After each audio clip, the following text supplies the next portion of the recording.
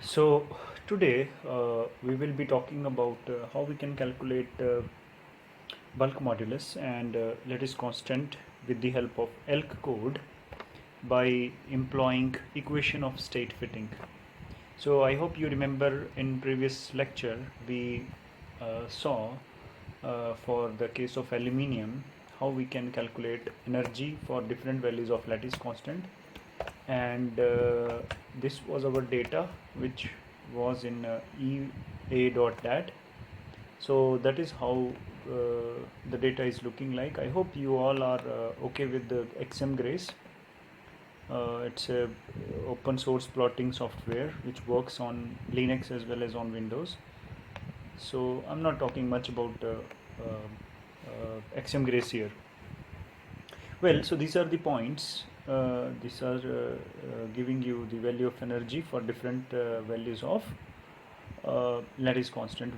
Lattice constant for aluminium. Now we are still talking of FCC structure. Now basically equation of state fitting means you have to fit energy versus volume data to certain equation, and those equations have their own physics.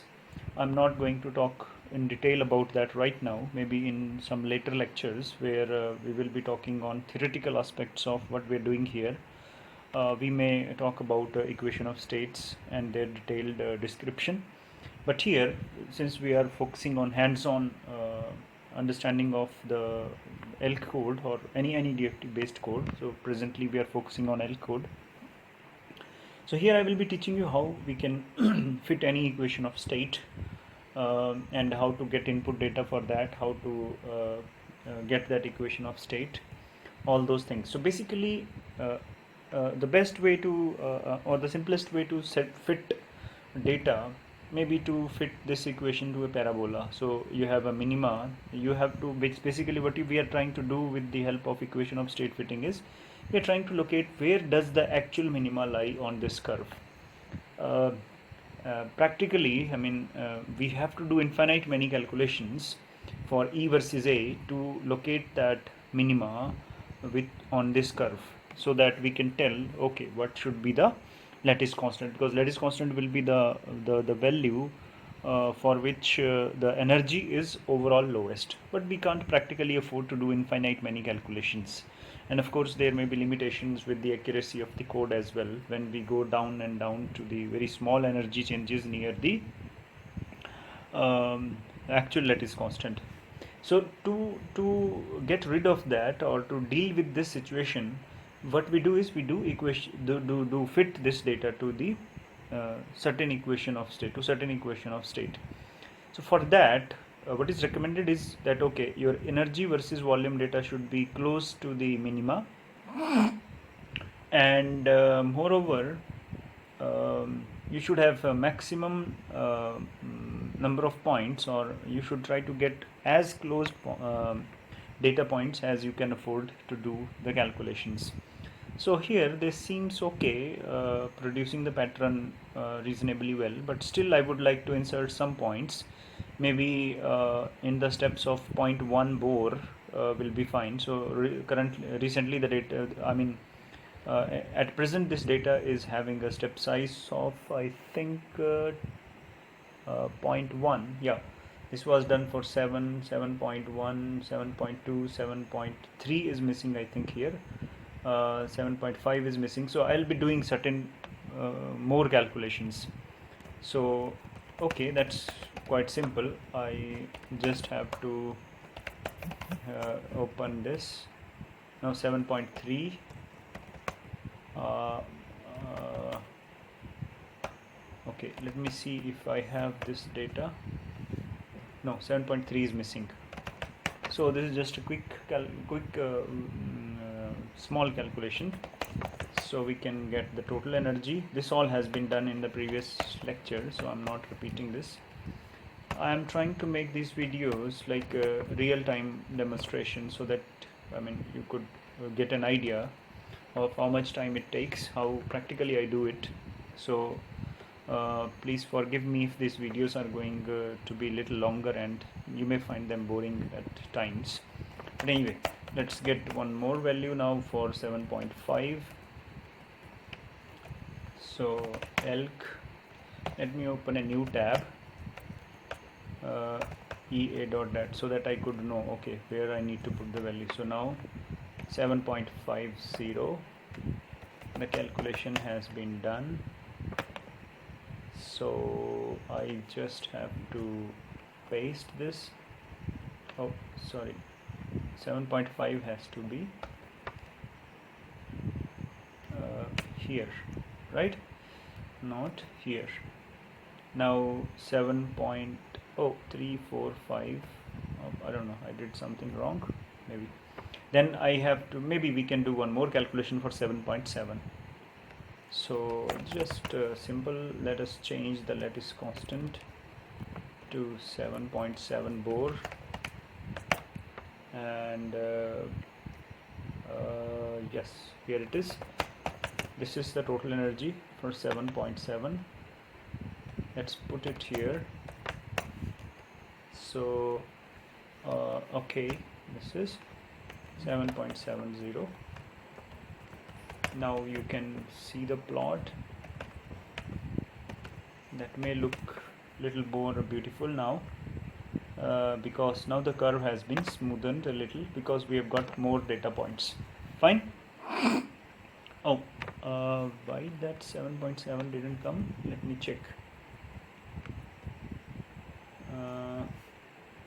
Maybe I didn't put that, or what?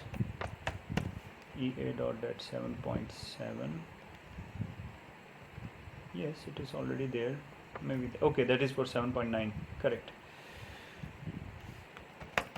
So I mean, what I was missing is maybe one point should be here, so that would have been 7.9. If you want, you can put. Okay, but for demonstration purpose, I'm not getting all those points as such.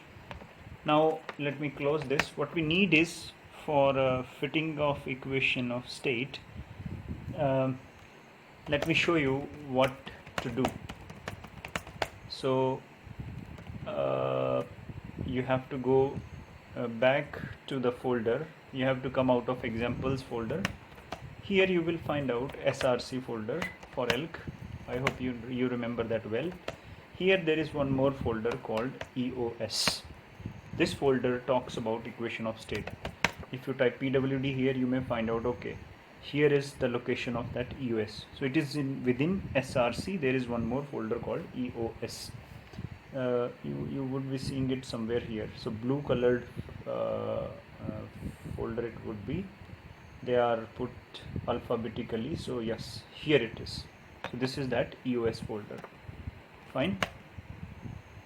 So just like we have elk executable, we also have EOS executable. I mean, this file or this this script, I would say, or this executable file will run the fitting for equation of state for a given data for energy versus volume, and there is an input for equation of state utility, and that is eos.in. Just like you have elk.in, you also have eos.in. So this is the standard format of EOS file. So this is for silicon. I will just copy that and will make eos.in in the folder where I am working. So we are working in which folder? In aluminum, right? Remember, example basic aluminum. So we have to manually make, or you can copy that file as well. So we can paste that text. But right now this file is for silicon. And also I need to teach you what are various blocks. Fine. So this first block is just the name of the crystal which you are studying. So in current case we are talking about aluminum. It should be in quote. It is just a name. This is just alphabets. It doesn't have any technical relevance. No problem. Even if you leave it blank, there would be no issues. Now n atoms. Now you should go to your elk.in file. You can see here how many atoms we have in the basis.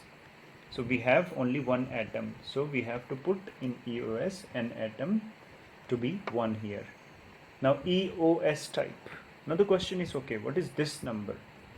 I'm going back to this folder. I have actually opened 3 tabs here. Okay, so the moment I switch, I'm switching between tab 1, tab 2 and tab 3, so that you can try later on. You can open even in separate terminals. So eos.in, okay, here is a file called readme.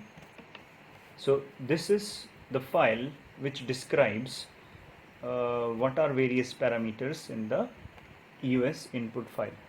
Fine. So this very systematically talks about what is this C name of the crystal, and n atoms, number of atoms in the unit cell, equation of state type. Now this is that number. So one means universal equation of state. So they gives the reference to this paper. If you are interested in technical details of equation of state for this particular type of equation of state, you may go to this paper. Similarly, there are many others, so you can just have a look at all these equation of states. One of the most popular which people use is Birch-Murnaghan equation of states, but you can try different ones. And the main criteria is that, okay, taking fewer points in energy versus volume calculations, how well the equation of state can fit the data, and how better it gives you other parameters like bulk modulus, lattice constant, etc., etc. So it may have different different equation may work for different materials, so that you have to try hit and trial. Okay, anyway, so but for time being, okay, let us keep this one as the one only. Let us fit the data to universal equation of state, this one. So let us keep that number 1. That's what I'm saying. Okay, now this number, next numbers are VPA. So they have explained it here. Fine. So this tells you volume interval over which we have to plot the energy. So basically, what will this this program do?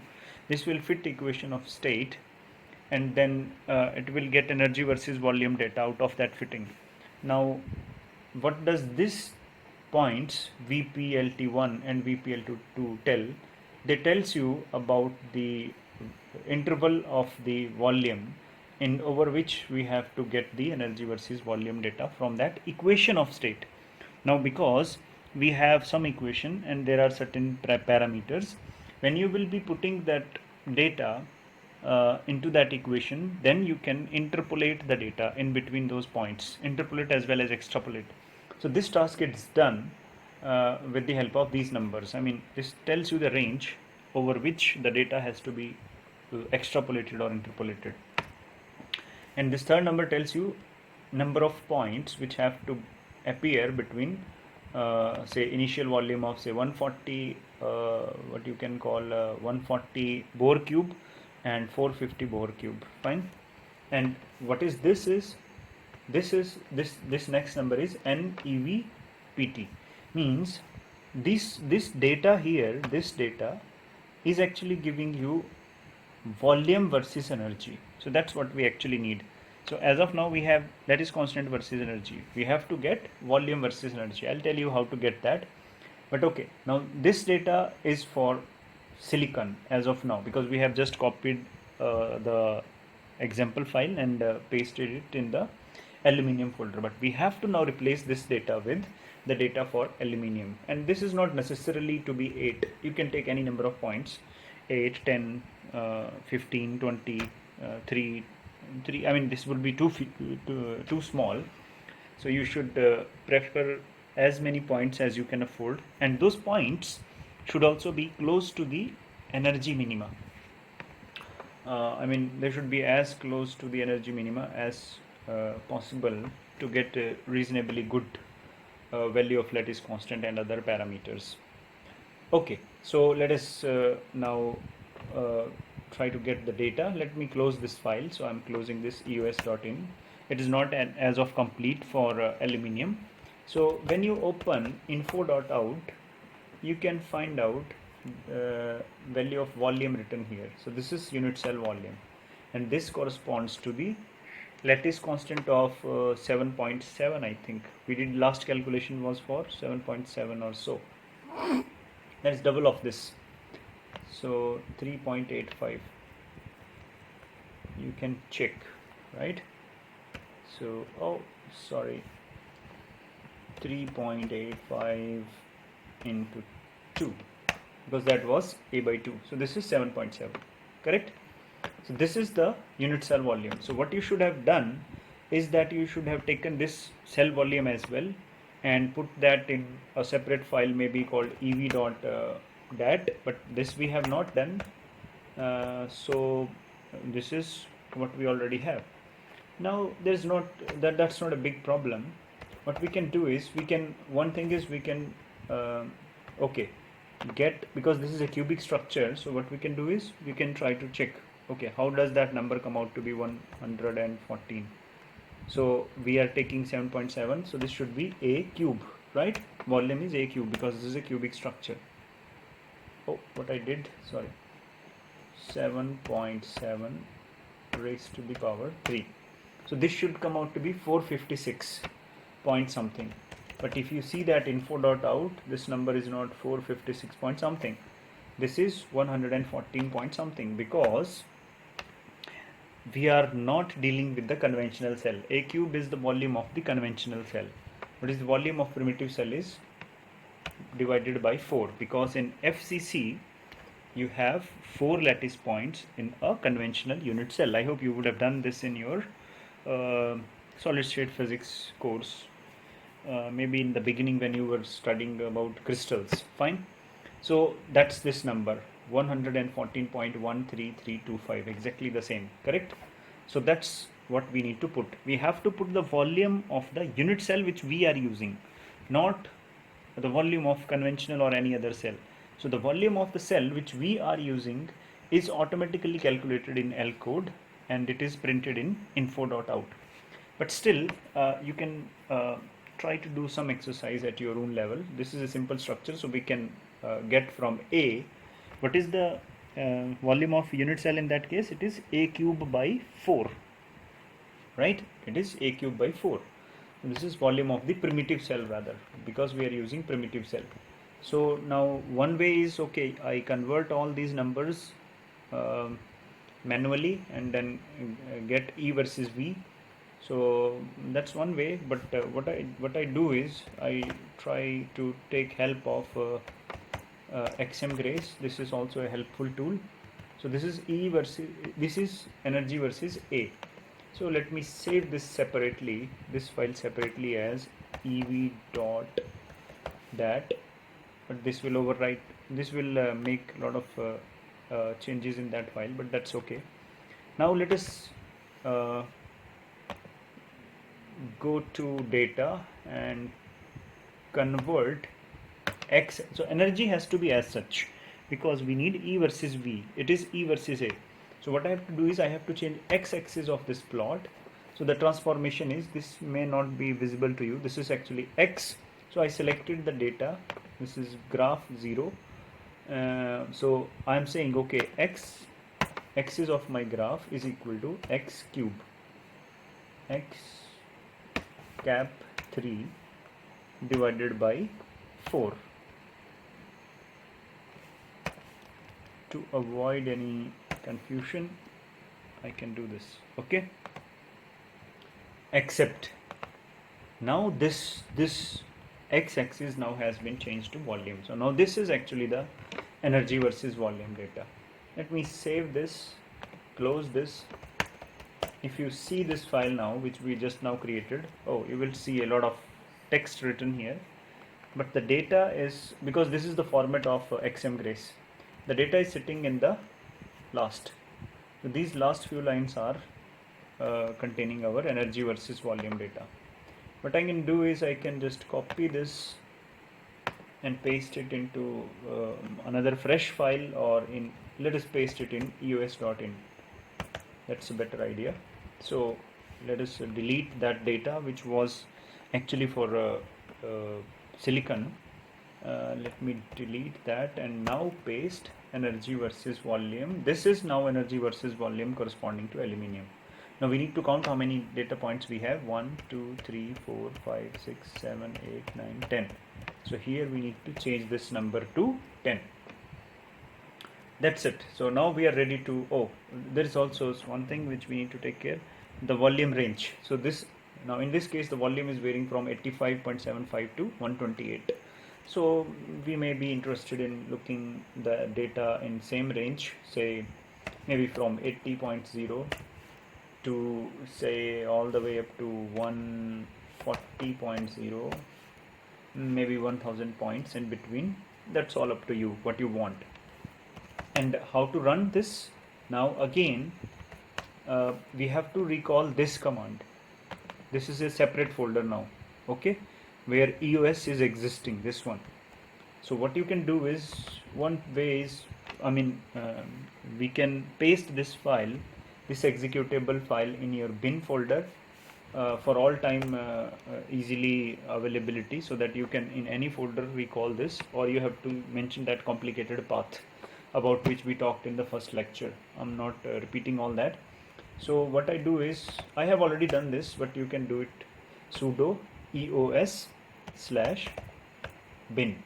So now this will ask you for password. You just put in your password. So now, oh sorry, sudo, not eos.bin, but what you have to do is sudo cp. You have to copy eos to bin. Fine. So now this command can directly be recalled now. You just have to type EOS. What will EOS do? Again, I am quickly summarizing. What will EOS do?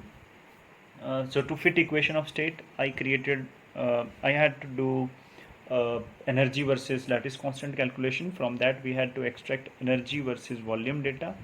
That energy versus volume data will go into eos.in file, and then that EOS file will be run with the help of this program, which is called EOS. So you simply have to type EOS, just the way you used to do ELK. So now, once you run, if everything is fine, it will be giving you a lot many new files. So there is one file called parameter.out. So this file contains, it has already written in the message, all the parameters. So this tells you, okay, what is the V0 is equilibrium volume now. It also tells you which equation of state has been used for doing fitting. So this is the minimum energy, this is the volume corresponding to minimum energy, this is your bulk modulus in atomic units, and this is the bulk modulus converted in GPa, gigapascal. So now you can check what is the value of bulk modulus for aluminium. My internet is not working, so I'm not doing it for you. You can go and check it yourself. And now what should be the, this is bulk modulus, 85.69 GPa, and this is derivative of bulk modulus, 4.9289. Derivative means rate of change of bulk modulus with respect to volume, I believe. Yeah. So now this is okay. Now let us how to calculate the lattice constant, because we have not done infinite many calculation to go to the lattice constant. So this is volume per primitive cell. So we have to use the reverse transformation. So volume per primitive cell is this, and in conventional cell there should be 4 primitive cells, so into 4. Now we have to take cube root of this. This will give you the value of A. This is the case for cubic. In case you have other types of unit cells, then you have to be little cautious and then do conversions accordingly. But since this is cubic, so I can take this easily. So this is the minimum lattice constant for aluminium. This is the calculated lattice constant for aluminium, 7.52. Fine.